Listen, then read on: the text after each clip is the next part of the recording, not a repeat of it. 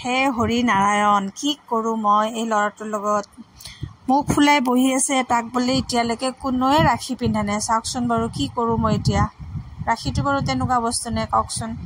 স্কুলত গ'লে স্কুলত বোলে কোনো নিপিন্ধালে, সেইটো এটা দুখ। টিউশ্যনত গ'লে টিউশ্যনতো বোলে কোনো নিপিন্ধালে। এতিয়া মোক ঘৰত আহি মুখখন ফুলাই কৈ আছে, মা তুমি 5ডাল 10ডাল ৰাখি কিনি আনা আৰু মোক হাতত পিন্ধাই দিয়া। চাওকচোন, লাজে লাজে মোক কৈ আছে, এইখন হাতত 5ডাল, এইখন হাতত 5ডাল। এতিয়া কি কৰা যায়? বৰ ডাঙৰ সমস্যা। ইহঁতৰ দৰে এইটো বয়সৰ ল'ৰা ছোৱালীক বুজালেও বুজি নাপায়। মই কৈ আছোঁ যে বোলে খুৰাকৰ ছোৱালীজনী পিন্ধাব, টিকলিকেইটাই পিন্ধাব। নাই, এতিয়ালৈ মানে 7টা বাজি গ'ল বোলে, এতিয়ালৈকে ৰাখি শেষে হৈ যাব। মা মোক আনি দিয়া না প্লিজ, এনেকৈ কৈ আছে। কাৰ কাৰ ঘৰত এনেকুৱা ঘটনা ঘটিছে ক'বচোন?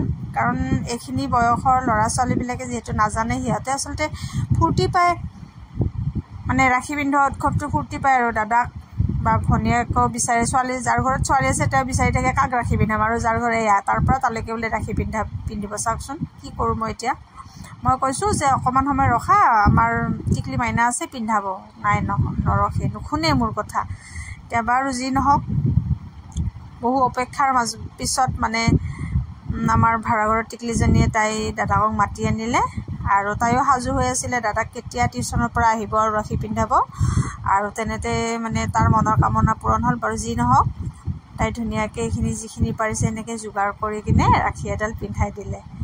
আৰু তাইও মানে ৰখি আছিলে আগদিনাৰ পৰাই যে দাদাক ৰাখি পিন্ধাম, কি কৰিম কি নকৰিম। আৰু সিও মৰমতে এটি চকলেট আৰু চিপছ দিলে, কাৰণ যিহেতু আমি ওলাই যোৱা হোৱা নাছিলে, গতিকে গিফ্ট একো অনা নাছিলোঁ। আৰু পিছত বাৰু দি দিম। আৰু এনেকৈ ৰাখিডাল দেখাই দিলে, ভাল পালে। আৰু এইফালে টিকলি আমাৰ, মই কৈছিলোঁ নহয় যে টিকলিজনী ৰখি থাকিব, চাগে তাই ৰখি আছিলে দাদাক টিউশ্যনৰ পৰা আহিলে ৰাখি পিন্ধাব। পিনে দাদাকৰহে মানে টেনশ্যন, তাক বোলে কোনো ৰাখি পিন্ধা নাই। পিনে ভনীয়েক দুজনী ৰখি আছে সি আহিব বুলি। আৰু এয়া ধুনীয়াকৈ খুৰীমাকে অকণমান হেল্প কৰি দিছে, কাৰণ যিহেতু তাই বহুখিনি সৰু হৈ আছে, নাজানে একো। ধুনীয়াকৈ নিয়ম কৰি কিনে দাদাকক ৰাখি পিন্ধাই দিলে। তাই একো নাজানে বেচেৰি, খুব ভাল পাইছে। কিন্তু কি কৰি আছে, কিবা এটা কৰি আছে আৰু মুঠতে তাই ভাল পাইছে আৰু আনন্দ পাইছে। আৰু কি ক'ম, যাৰ যাৰ ঘৰত এনেকুৱা ঘটনাবিলাক ঘটি থাকে জনাবচোন, কোনে কোনে মোৰ ভিডিঅ' চায় আৰু এনেকুৱা ঘটনাবিলাক কাৰ কাৰ ঘৰত হৈছে। এতিয়া কি ক'ম আৰু, সৰু ল'ৰা ছোৱালী থাকিলে এনেকুৱা ঘটনা ঘটিয়ে থাকে প্ৰায়। এতিয়া যিহেতু দেৰি হৈ গৈছিলে, গতিকে মিঠাই অনা মানুহ কোনো নাছিলে কাৰণে ডেইৰী মিল্ক চকলেটেৰে মোক মিঠা কৰি দিলে। বাৰু যি নহওক, সুন্দৰকৈ নিয়মৰ মাজেদি ধুনীয়াকৈ ৰাখি পিনে টিকলি তাইকো ৰাখি মানে চকলেট খুৱাই দিলে। সেয়া পিছফালে আইতাক আছে, ককাক আছে, ছাইডত খুৰীয়েক আছে। এনেকৈ ধুনীয়াকৈ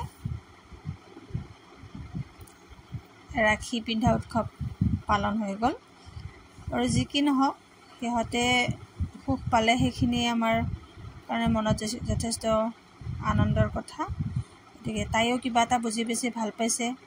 ইফালে দাদাকে চকলেট এটা হাততে দিলে, আৰু এই টিকলিজনীৰ লগত ফটো এখন উঠিলে। গতিকে এনেকৈ আমি ৰাখি পিন্ধোৱা উৎসৱটো পাৰ কৰিলোঁ। আপোনালোকে কোনে কেনেকৈ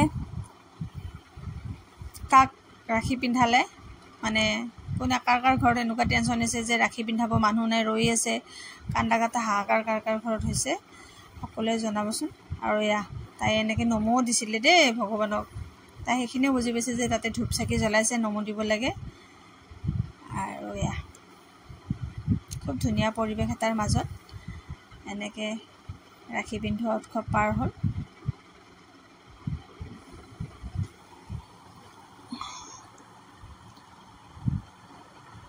দাদাকক দেখাইছে ভৰিত কিবা হৈছে আৰু মানে তাইৰ। এয়া 2 কপিমান ফটো ধুনীয়াকৈ সাঁচি ৰাখিলোঁ। গতিকে ভিডিঅ'টো চাই কেনে পালে জনাব।